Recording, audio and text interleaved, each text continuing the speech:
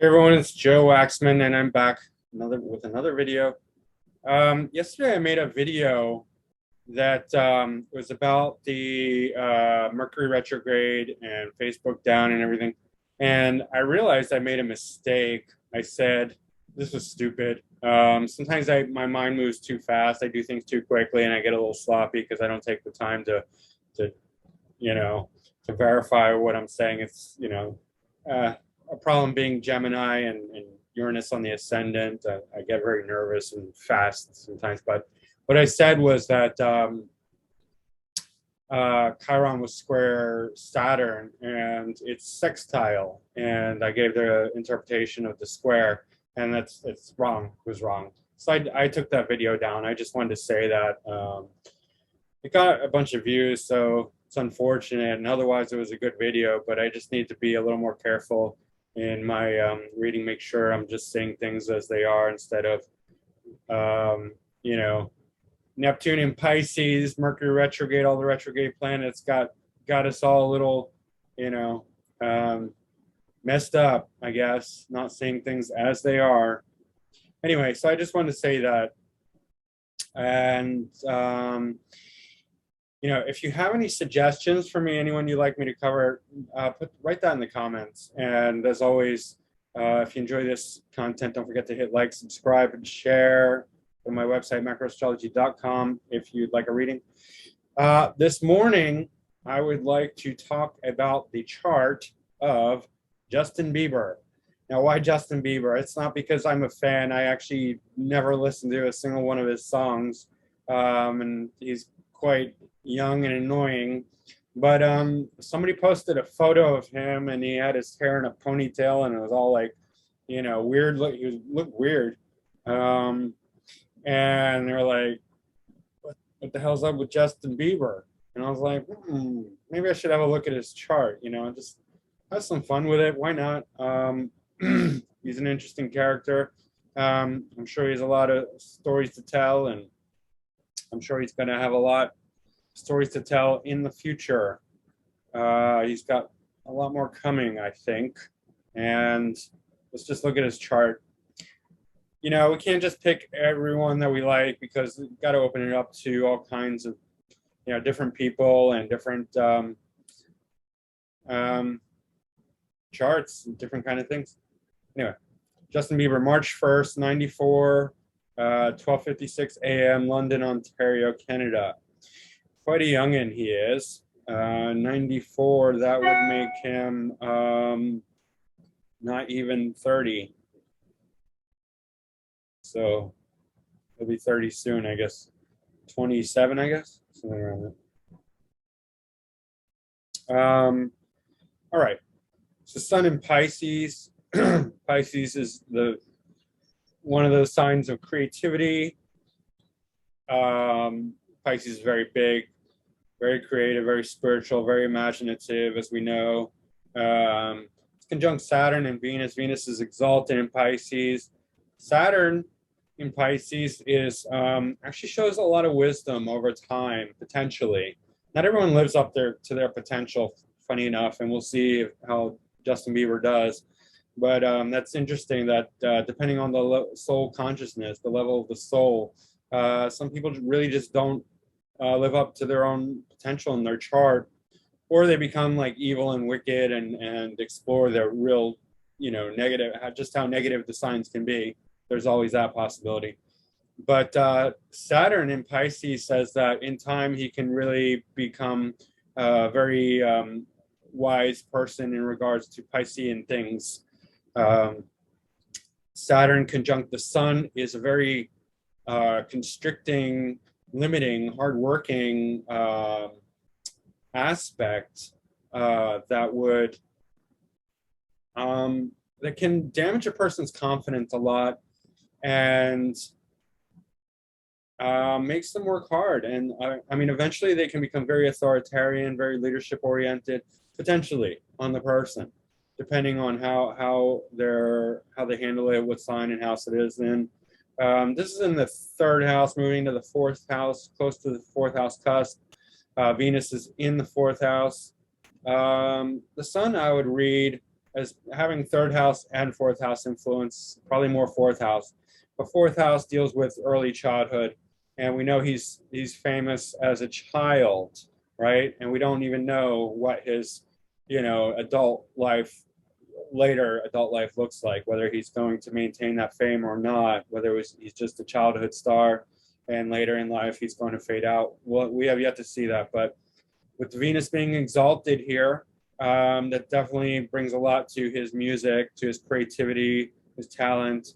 Sun is opposite Chiron, so Saturn, more Saturn than Sun, but still. And Chiron's the wounded reject, and this is a very prominent position in the 10th house. Well, 9th house. It's in the 9th house, but it's closing in on the 10th house. And still very visible. So to me, this would suggest some kind of public rejection, especially as he gets older and moves out of his fourth house influence a bit more. Early childhood, as long as this is not, if this is not uplifting him into fame, because especially with Sun here and exalted Venus, and there's another reason, is Jupiter, which we'll look at in a minute. This could indicate a lot of public rejection, because this is such a visible space. MC indicates public visibility, and Chiron's the wounded reject, wounded healer, but he's rejected by his mother, so it denotes rejection, and public rejection, quite possibly. So the public could turn on him any day now, or maybe they already have. He could be one of those canceled people. And for that reason, I kind of have more empathy for Justin Bieber, because I'm not a fan of pop stars, of people who the public really adores, the masses, the sleeping masses. I tend to avoid those people. And so now that Justin Bieber has sort of fallen out of the limelight, I like him more. That's just my Uranian bent, Uranus on the ascendant. I kind of like more like the individuals, the outcasts, the underdogs, the less popular people. And here this signifies that he might be one of them, very well might be. As he gets older, rejected from the limelight. Moon is in Libra, 11th house. This is the house of career success, groups, networks. Shows a lot of popularity within groupie type situations, like the cult, the Bieber cult, the pop, teeny boppers, things like that, just career success in general. However, it is ruling the 8th house, so this shows ups and downs in career, really. It's anything, whatever rules the 8th house is going to have death as a theme, and also rebirth. So he's going to periodically transform in his career and his success and his popularity, becoming super popular and then losing favor with the groupies, and then possibly coming back in a new incarnation as somebody a little bit different or entirely different. This is also square to this generational aspect of Neptune conjunct Uranus in Capricorn. And we have yet to see how this generation plays out, what they're going to do. But this is very technological oriented, innovative, progressive, especially as it relates to Capricornian themes. So it's creativity in all the business, authority, leadership, in the way that we structure our corporations, our work life, our business, our success. It's a reorientation of that and a rethinking and creativity around that. And that's squaring his moon. It still is Uranus and Neptune, and square to the moon. That is going to cause mental turbulence, let's say, especially because it's ruling the 8th house. So what can I say? He definitely has potential for mental imbalance. It's in the 2nd house of knowledge, so this is influencing his voice, his self-worth, the money he makes, his family relationships, and It could cause definitely some mental imbalance. I think he goes up and down mentally. We got a nice trine from Mercury and Mars. I'm going to come back to that, but that's nice to see attached to the moon in the third house expression. Let's see. This is really strong. The Pluto, North Node, Jupiter. I like to use both the mean and the true node because it just gives me a greater indication of what's going on. Some people use mean node, others use true node, and I've originally I always used true node, but then somebody made a case for using mean node with empirical evidence. So now I like to look at both and see how they both, whether they're completely conjunct or how far apart they are and what they're influencing. Anyway, it's conjuncting is ascendant with Pluto and Jupiter. But let's look at this real quick. Pluto and Jupiter are stationary, both stationary retrograde, which is amazing. He has no out of bounds planets, but these planets in his 12th house in Scorpio with the North Node are super powered. The guy's not famous for nothing. I'm telling you, it's not like sometimes we like to crap on these pop stars and to be like, they're idiots. They're just nothing. They're just, blah. And his songs are pretty stupid. I'm not going to say they're not, but he himself is not a nobody. He is very powerful. First of all, Pluto conjunct the ascendant is powerful. Second of all, North Node conjunct Pluto conjunct the ascendant in Scorpio. It's very powerful. Third of all, Jupiter, even though it's a wide berth, that's about 12 degrees, it's still in the same sign. Jupiter is still stationary. Pluto stationary. It's in the 12th house. Jupiter in the 12th house does good. Maybe not so much in Scorpio. In Scorpio, it's going to diminish Jupiter, but it is a stationary Jupiter, and it is in the 12th house of creativity. Jupiter is ruling the 4th house of Pisces, early childhood, in the 12th, creativity, and also the majority of his first house, not ruling a cusp here, but still prominent. Jupiter in the 12th house is very lucky, brings a lot of luck, brings a lot of innate sort of spiritual protection and wisdom, and occult knowledge. Jupiter in Scorpio can bring a lot of occult knowledge, psychological. It's in the 12th, so it's more like intuitive understanding of occult secrets, occult awareness. It's not really going to give him, it's not like if Mercury was here, it would give him much clearer understanding. It's kind of hidden, but still it's there, and it's a very strong influence, especially because it's stationary and Pluto's stationary. Look, guys, Pluto's in Scorpio stationary, conjunct the ascendant and conjunct the nodes. He's going to get more and more powerful as he gets older. Trust me. He's fading a little bit now from the limelight, probably because he's getting older, and his 4th house is the early childhood aspect is losing favor for him. But as he,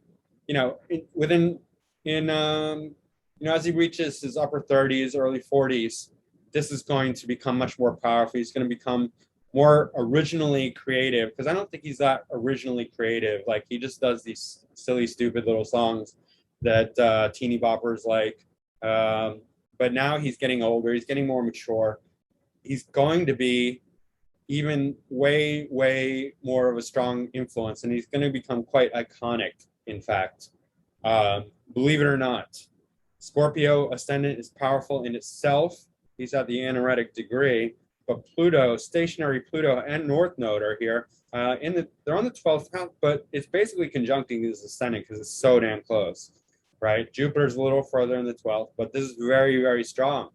He himself is going to become a scorpionic icon. He's going to become powerful, leader type, because Scorpio is a very natural leader, right? But his mental health is a touchy issue for him. 3rd house, he's got Mercury conjunct Mars. That tends to be very very active mind, very argumentative. In fact, Mercury conjunct Mars can really be like, they can speak a lot and they can just be very aggressive with their speech. Third house is expression, so he's probably got a very foul mouth. Probably likes to curse a lot, probably likes to argue a lot. Let's see. Second and third house are ruled by Saturn. That's in the third house. So second lord in the third is very good for singing. That's voice going into communication, skills of communication. And here we have both the dexterity planets, the planets that will bring skills and hand skills in the third house. I don't know that he plays any instruments. I saw a video of him playing drums, but he could definitely play instruments. Mercury is ruling his MC, so career, and it's ruling most of his seventh house, though not ruling a cusp. Mars is ruling his first and 12th and 5th.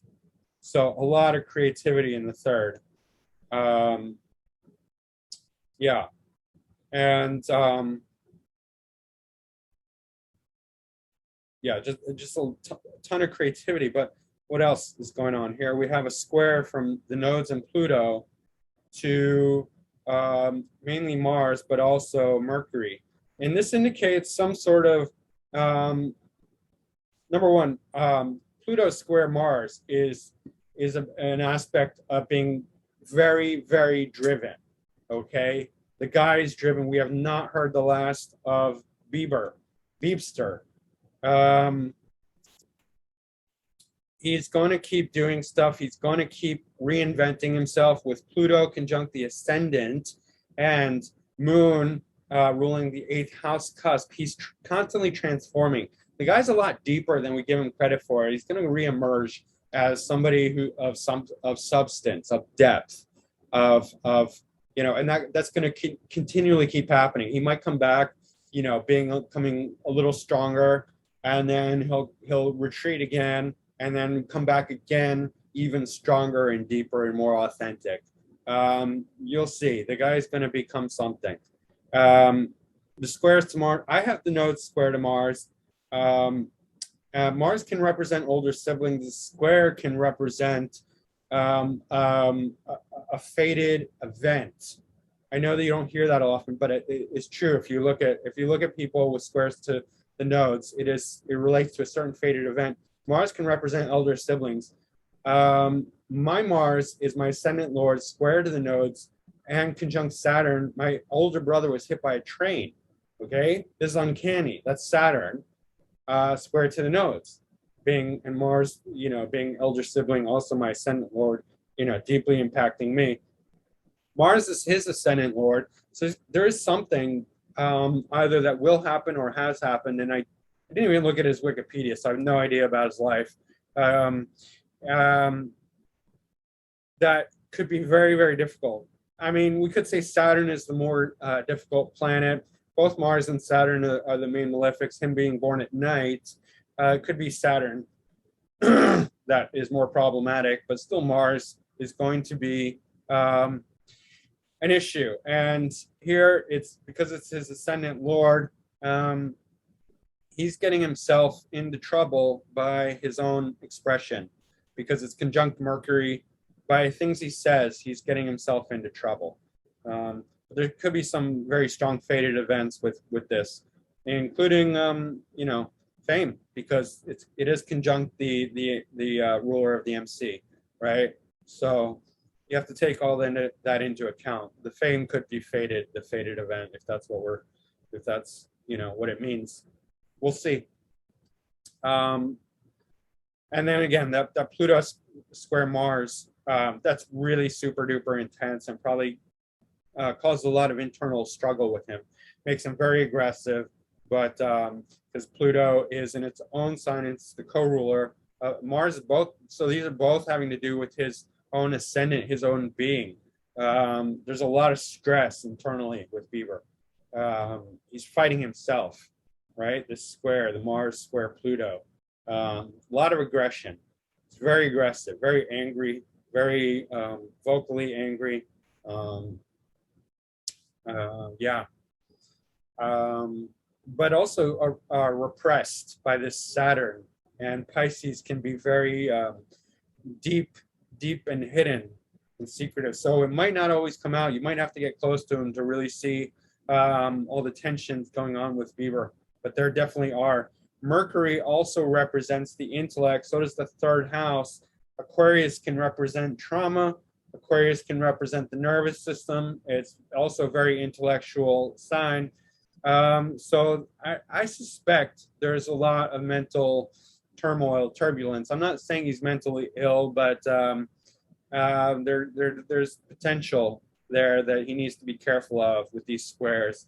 It's really difficult. And the Mars and the squares and the third house, the intellect, and then the moon ruling the eighth house, squaring the Neptune and Uranus. Which is making him very individual. And the trine from moon to Mercury and Mars is quite good for music because it gives his heart expression, right? He's able to speak his heart and move. Mars rules the whole body, so like dancing as well, speaking and dancing. In Aquarius is quite unique and original, weird. I wouldn't be surprised as he gets older, his music becomes weird because Aquarius is a sign, it's not a sign of doing things the normal way. It's a sign of doing things completely outside the box and very weird often, very eccentric. And like, like comedians often have Uranus aspect, not always, but a lot of times like Jim Carrey and Jerry Lewis, but also like musicians who, can be very strange and eccentric and unique, like Tom Waits. So he could like completely reinvent himself musically and just put out some very weird, unique, eccentric stuff that's also deep and powerful. That's what I'm expecting from Bieber as he gets older. But yeah, and publicly he could become philanthropic because Chiron represents the wounded healer. It's the reject, the wounded. So he could be publicly quite empathetic towards the down and out, and use a lot of his money towards helping people as he gets older and becomes more, mature and developed and deep. Because the guy has a lot of depth. I'm not going to kid you. He comes off super lightweight and superficial, but that's just because he's young and stupid. But he's actually very deep, and he's discovering all that as he gets older and older. That's pretty much it for the Beebster. I expect a lot more from him and a lot better as he gets older, because I think what we've seen so far is just nonsense. It's just like whatever. He's too young for me to really say anything about what we've seen so far. But I think there's going to be a lot more to come from Bieber. So that's it for now. If you enjoyed this, and don't forget to like, subscribe, and share, and go to my website if you want to book a reading. And I will see you again soon. Thanks. Bye.